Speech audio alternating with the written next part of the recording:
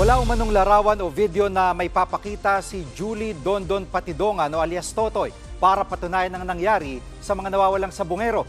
Sa programang Ted Filon at DJ Chacha, sinabi ni alias Totoy na pinasunog sa kanya ng negosyanteng si Atong Ang ang mga ebidensya. Mga cellphone ko, pinapasunog niya. Kinuha lahat yung cellphone ko, 13, pati cellphone ng misis ko, pati tab ng anak ko. Kaya wala akong matandaan na nung mga pag-uusap namin nung time na yon. Ang ugali kasi talaga ni Mr. Ang, pag marami ka ng alam, pinagpaligpit ka na talaga niyan. Ayon pa kay alias Totoy, pinadadala sa kanya mga video kung saan makikita kung paano raw pinatay ang mga sabungero.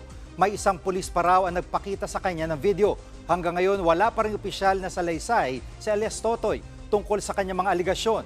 Kahapon, patong-patong na reklamo sinampan ni Atong Ang laban kay alias Totoy kaugnay sa mga nawawalang sabungero.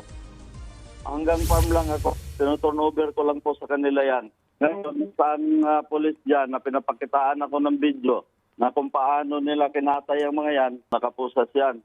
Tapos tinatalian, ginagarutin, tinatapon sa gitna ng taalik. Mga kapatid, Jig Manikad po, pagdating sa mahalagang balita sa loob at labas ng bansa, dapat una sa lahat, mag-follow at mag-subscribe na sa social media pages ng News 5.